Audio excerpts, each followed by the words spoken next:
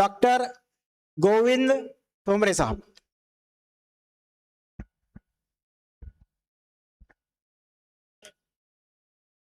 आदरणीय व्यासपीठ, इथे जमलेले सगळे विद्यार्थी, पालक आणि श्रीरामपूर वासी, आज जो महाराष्ट्र पठाण समाज सेवा संघाने आपल्या श्रीरामपूर साठी जो काही हा कार्यक्रम आयोजित केलेला आहे, खऱ्या अर्थानं विद्यार्थ्यांना भविष्यामध्ये ज्या काही अडचणी येतात, आपलं करिअर घडवण्यासाठी ज्या काही अडचणी येतात, त्या अडचणी येऊ नये आणि कुठेतरी समाजाने स्वतःच्या पायावर एक आर्थिक सुबत्ता यावी, यासाठी उभं राहावं, यासाठी खरं तर हा आज प्रोग्राम आयोजित केलेला आहे। मी खरं तर पठाण सरांचं यासाठी अभिनंदन करतो। आम्ही मार्च महिन्यामध्ये राजस्थान कोटाची एक शाखा बन्सल क्लासेस आपल्या शहरामध्ये सुरू केलेली आहे। या शाखेच्या माध्यमातून, या स्टडी सेंटरच्या माध्यमातून आम्ही 5वी ते 10वीच्या विद्यार्थ्यांना आणि 11वी 12वीच्या विद्यार्थ्यांना भविष्यासाठी घडवत आहोत, करिअरसाठी त्यांना पुढे घेऊन जात आहोत।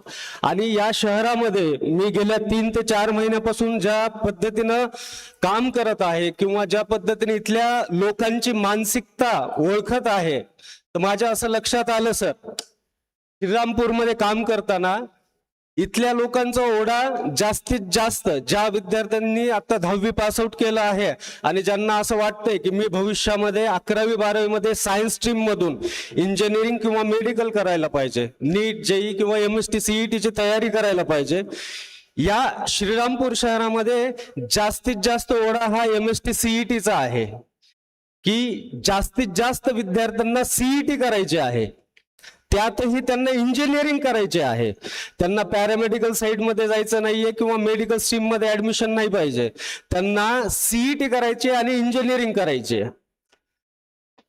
म्हणजे इथं काही अशा पण शाळा आहेत ज्या काही CBSE च्या शाळा आहेत, NCERTचं एज्युकेशन घेतलेले विद्यार्थी आहेत आणि त्यांना देखील CETच करायचे आहे, त्यांना जेईचं प्रिपरेशन करायचं नाहीये। मी ज्यावेळेस आतापर्यंत जवळपास 1000 पेक्षा जास्त विद्यार्थ्यांची श्रीरामपूरमध्ये काउन्सिलिंग केली आहे आणि माझ्या असं लक्षात आलं की 10 पैकी 8 जणांना CET करायचे, 10 पैकी 8 जणांना CET करायचे, उरलेल्या 2 जणांना नीटचं प्रिपरेशन करायचंय आणि जेई साठी क्वचितच विद्यार्थी आहेत। त्यांना असं या शहरामध्ये गेल्या 10 ते 15 वर्षामध्ये त्यांना त्यांची मानसिकता अशी बनवून टाकली की MST CET सोपी आहे, जेई अवघड आहे, जेईच्या नादी कशाला लागायचं, CET करा, कुठेतरी एखाद्या इंजिनिअरिंग कॉलेजला ऍडमिशन सहज पद्धतीने मिळतं आणि मग आपलं करिअर बनवू शकतं। त्यामुळे एवढं टेन्शन कशाला घ्यायचंय, जेई कशाला करायचे, CET करा, CET अटेम्प्ट केलं तरी इंजिनिअरिंग कॉलेज मिळतं, 10 मार्क आले तरी इंजिनिअरिंग कॉलेज मिळतं, हे लक्षात ठेवा। CET अटेम्प्ट करणं हा टास्क नाहीये, CET देणं हा खूप मोठा टास्क नाहीये, परंतु चांगलं इंजिनिअरिंग कॉलेज मिळवणं किंवा चांगल्या पद्धतीनं इंजिनिअरिंग करणं हा सगळ्यात महत्वाचा टास्क आहे। नाहीतर तुम्ही पाहताय इंजिनिअरिंग करून मुंबई पुण्यासारख्या ठिकाणी, हैदराबाद सारख्या ठिकाणी, आपल्या संभाजीनगर सारख्या ठिकाणी भरपूर असे इंजिनियर आहेत, त्यांना जॉब नाहीये। हे तथ्य आहे, ही रियालिटी पण आहे। ह्या प्रॅक्टिकल फेजला कुठेतरी तुम्ही ओळखायला पाहिजे की इंजिनिअरिंग झालेले बरेचसे हजारो विद्यार्थी आहेत, पुण्यामध्ये जाऊन त्यांच्याकडे जॉब नाहीये, कंपन्यांच्या वेगवेगळ्या गेटवरती जाऊन आपापले रिझ्युमे ते तिथं फेकतायत आणि त्यांच्या रिझ्युमे कचरा पेटीमध्ये जातोय, त्यांना जॉब मिळत नाहीयेत। 10,000चा 15,000चा 20,000चा जॉब मिळविण्यासाठी इंजिनियर स्ट्रगल पण करत आहेत, हा पण विचार करा। पण हे इंजिनियर कोण आहेत हे लक्षात ठेवा, ज्यांनी सोप्या मार्गाने इंजिनिअरिंग कॉलेजला ऍडमिशन घेतलेलं आहे असे इंजिनियर आहेत ते। असे कोण इंजिनियर आहे, ज्यांना 11वी 12वीला कमी पर्सेंटेज होते, ज्यांनी 11वी 12वीला CETचा स्कोर एक मिनिमम स्कोर घेऊन इंजिनिअरिंगला ऍडमिशन मिळवलं, अशा इंजिनिअरिंगला ऍडमिशन घेतलेल्या विद्यार्थ्यांनी काय केलं, 4 वर्षाची इंजिनिअरिंग आहे, त्या 4 वर्षाच्या इंजिनिअरिंग मध्ये काय केलं त्यांनी, माझा बॅकलॉग आला नाही पाहिजे, मला एटीकेटी नाही लागली पाहिजे, म्हणून काय केलं, पाठांतर करायचं, कशा तरी पद्धतीने इंजिनिअरिंगचे सब्जेक्ट काढायचे आणि इंजिनिअरिंग पास आउट व्हायचं. पालकांना काय वाटतं, बघा माझा विद्यार्थी एकदा एटीकेटी लागली नाही, 4 वर्ष व्यवस्थित इंजिनिअरिंग केली आणि इंजिनिअरिंग झाल्याच्या नंतर त्याला जॉब मिळण्यासाठी स्ट्रगल करावी लागते. बरेचसे तुमच्या शेजारी पाजाऱ्यांचे विद्यार्थी असतील इंजिनियर झालेले, जॉब नाही आहेत. बरेचसे असे विद्यार्थी असतील एमपीएससी युपीएससी करायला हे बहाणा सांगतात, हा बहाणा सांगतात. खऱ्या अर्थाने एमपीएससी युपीएससी करण्याचा त्यांचा दृष्टिकोन नसतो, परंतु हातामध्ये चांगला जॉब नाही, मग कुठल्या तरी क गटासाठी, ड गटासाठी, अ गटासाठी कुठेतरी गव्हर्नमेंटमध्ये आपण लागू म्हणून 2-3 वर्ष मग सांगायचं. घरी आल्याच्या नंतर काय सांगायचं, ईदला दिवाळीला आल्यावर आमचा मुलगा एमपीएससी युपीएससी करतोय. मागच्या वर्षी 2 मार्कांनी त्यांचं एमपीएससी गेलं, मागच्या वर्षी 4 मार्काने आमच्या मुलाचं गव्हर्नमेंटला सिलेक्शन झालं असतं पण गेले. हे सगळे बहाणे आहेत. एक चांगला इंजिनियर कशासाठी स्ट्रगल करायची गरज आहे, त्याला चांगल्या इंजिनियरला गरज बिलकुल नसते. इंजिनियरला स्ट्रगल करायची गरज नाहीये, कारण इंजिनियर म्हणजे जगातला सगळ्यात हुशार व्यक्ती आहे. इंजिनियर म्हणजे काय, टेक्नॉलॉजी आहे त्याच्याजवळ, त्याच्याकडे एक टॅलेंट आहे, त्याचं लॉजिकल रिझनिंग स्ट्रॉंग आहे इतर व्यक्तींपेक्षा, त्याला इंजिनियर म्हणायचं. आणि अशा इंजिनियर लोकांना जर जॉब मिळत नसेल तर काय अर्थ आहे.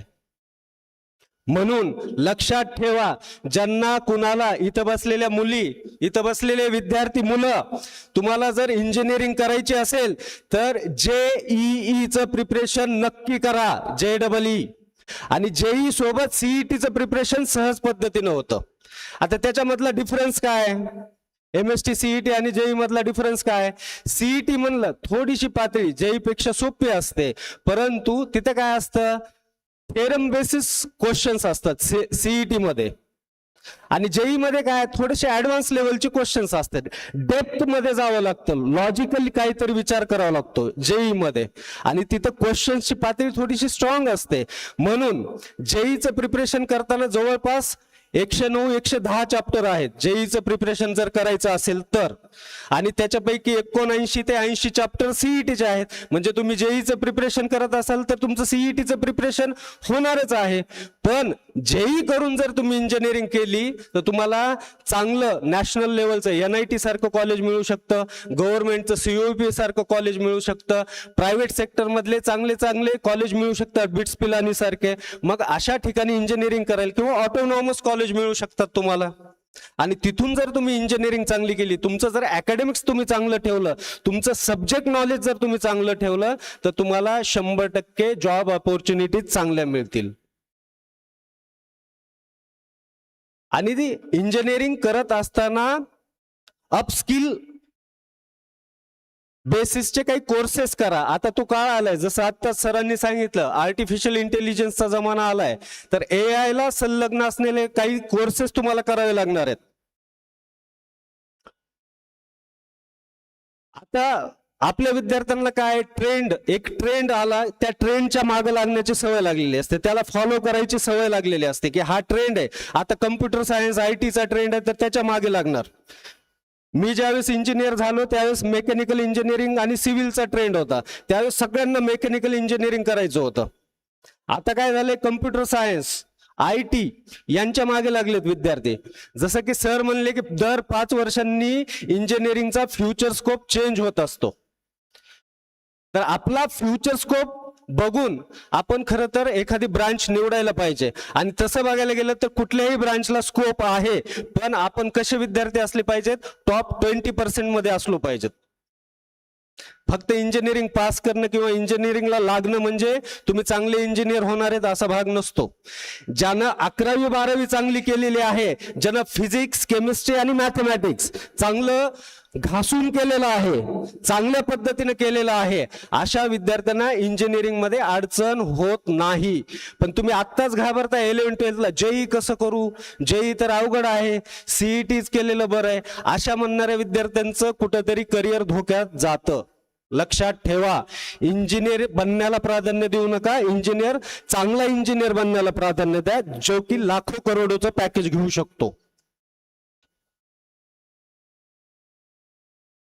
दुसरा अजून एक विषय आहे, ज्यांना मेडिकल स्ट्रीम मध्ये जायचंय, नीटची तयारी करायची आहे, ज्यांना पॅरामेडिकल साइड मध्ये जायचं आहे, त्या विद्यार्थ्यांना एक शंका असते की सर आम्हाला नीटची प्रिपरेशन करायचंय. आता नीट म्हणजे तुम्हाला डॉक्टर बनायचं, थोडक्यामध्ये एमबीबीएस करायचंय. पण सर जर समजा आम्हाला एमबीबीएस ला सिलेक्शन नाही झालं तर मग आम्हाला तो ऑप्शनच नाहीये. मग आपल्या इकडे एक सरासरी ऑप्शन काय असतात, जर एमबीबीएस ला नंबर नाही लागला बीडीएस, बीडीएस ला नाही लागला बीएमएस, बीएमएस ला नाही लागला चला बी फार्मसी करू. याच्यानंतर आपल्या विद्यार्थ्यांना पालकांना ऑप्शनच माहित नाहीयेत. 1760 ऑप्शन आहेत पॅरामेडिकल मध्ये आणि त्याच्यामध्ये करिअर ऑपॉर्च्युनिटीज भरपूर आहेत, लाखोचे जॉब आहेत, लाखो पगाराचे जॉब आहेत, पण माहित नाहीये. ते विचारणार कोण? किंवा आपले जे शेजारी पाजारी, आपले जे परिचयातले लोक आहेत, आपले जे रिलेटिव्ह आहेत, त्यांच्या मुलांनी ते केलं म्हणून आपल्याही मुलाला तिथंच पाठवायचं असतं आपल्याला. हमारे अमुक का बेटा वो इंजीनियर है, उसको 1 करोड़ का पैकेज हो, बाहर कंट्री में गया, इसलिए हमारे बेटे को कंप्यूटर साइंस में डालना है. लेकिन आपका बेटा क्या कर रहा है, उसका सब्जेक्ट नॉलेज आपको पता है क्या? आपके बेटे का सब्जेक्ट नॉलेज आपको पता है क्या? जिसने वो 1 करोड़ का पैकेज लिया, जो फॉरेन कंट्री में गया, उसका सब्जेक्ट नॉलेज, उसका एकेडमिक्स, उसका इंजीनियरिंग कॉलेज कौन सा था, उसने 11th-12th कैसी की थी, ये आपको पता नहीं है. आपको सिर्फ उसका पैकेज दिख रहा है, उसकी मेहनत, उसका हार्डवर्क नहीं दिख रहा. इसीलिए मैं कहता हूं, अगर आपके बच्चों को इंजीनियरिंग या मेडिकल स्ट्रीम में डालना है तो एक अच्छे काउंसलर के साथ बैठो. कुछ पेरेंट्स का ऐसा कहना है, हम हमारे बच्चों को सजेस्ट नहीं करते, हम हमारे बच्चों को फ्रीडम दिया है, हमारे बच्चे खुद डिसाइड करेंगे. 10वीं पास आउट का बच्चा क्या डिसाइड करेगा? उसको श्रीरामपुर के बाहर क्या है वो पता नहीं, वो क्या डिसाइड करेगा कि मुझे इंजीनियर बनना है या डॉक्टर बनना है?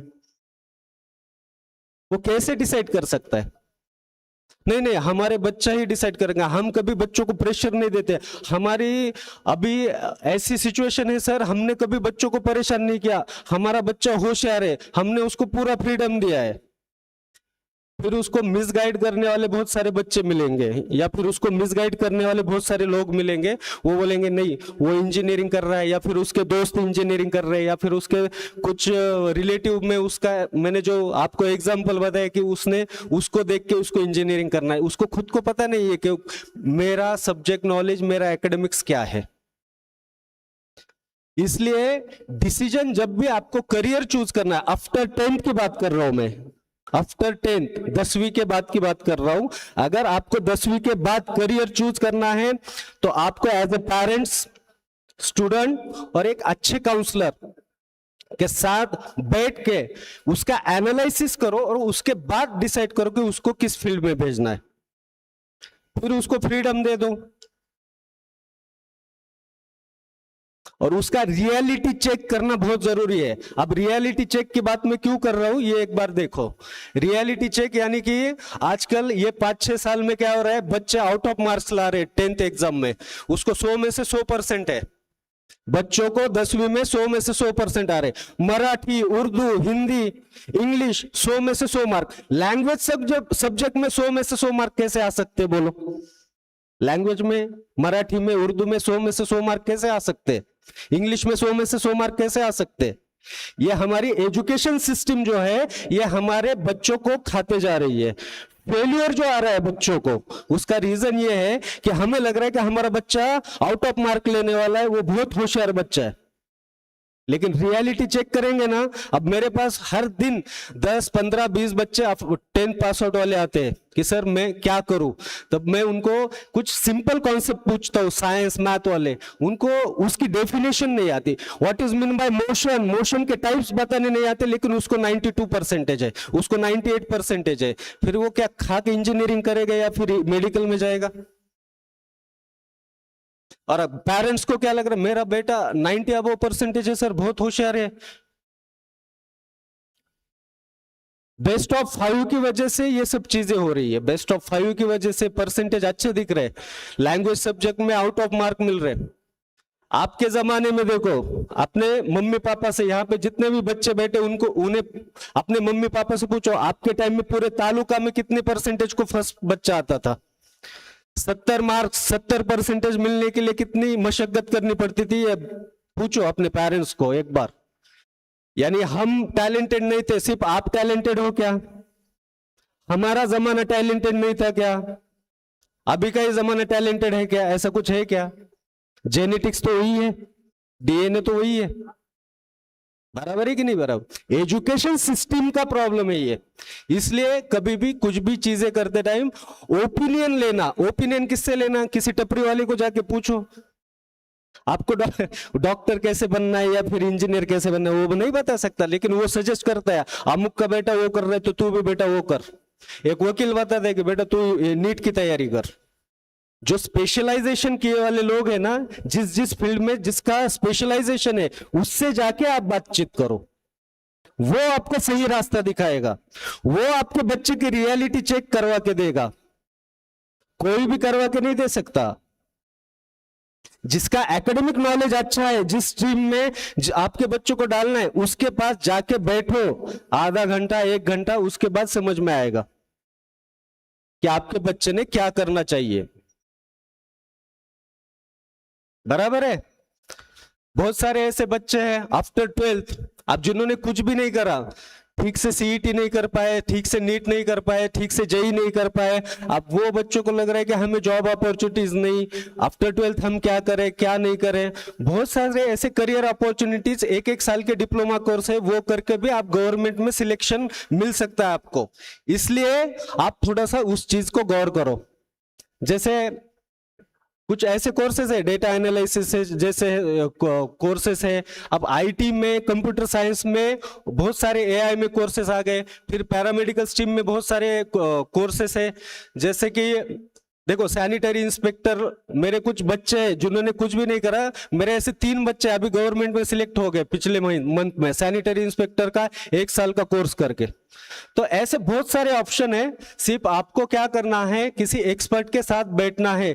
जैसे यहाँ पे आए हैं एक्सपर्ट, ऐसे एक्सपर्ट लोगों के साथ, हम लोगों के साथ बैठिए और बातचीत कीजिए। हम आपकी रियलिटी चेक करके बताएंगे कि आपने क्या करना चाहिए, आप किस स्ट्रीम में जाना चाहिए, आपने क्या क्या करियर अपॉर्चुनिटीज है आपको।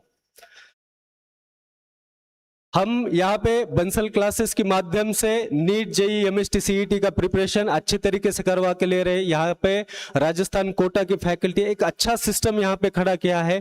5th to 10th से लेके जो बच्चे फ्यूचर में कुछ करना चाहते हैं, प्री फाउंडेशन ले रहे हैं। तो एक बार अगर किसी बच्चे को कुछ कंफ्यूजन है, किसी पेरेंट्स को कुछ कंफ्यूजन है, तो हमारे ऑफिस एक बार आके मिलिए। हमारे पास बहुत अच्छे करियर काउंसलर है, फैकल्टीज है, वो आपको अच्छे तरीके से गाइड कर पाएंगे। तो मैं फिर से यहाँ पे महाराष्ट्र पठान समाज सेवा संघ को शुक्रगुजार करता हूँ, उन्होंने मुझे यहाँ बुला के एक अच्छी अपॉर्चुनिटी दी आप लोगों से बातचीत करने के लिए। Thank you so much.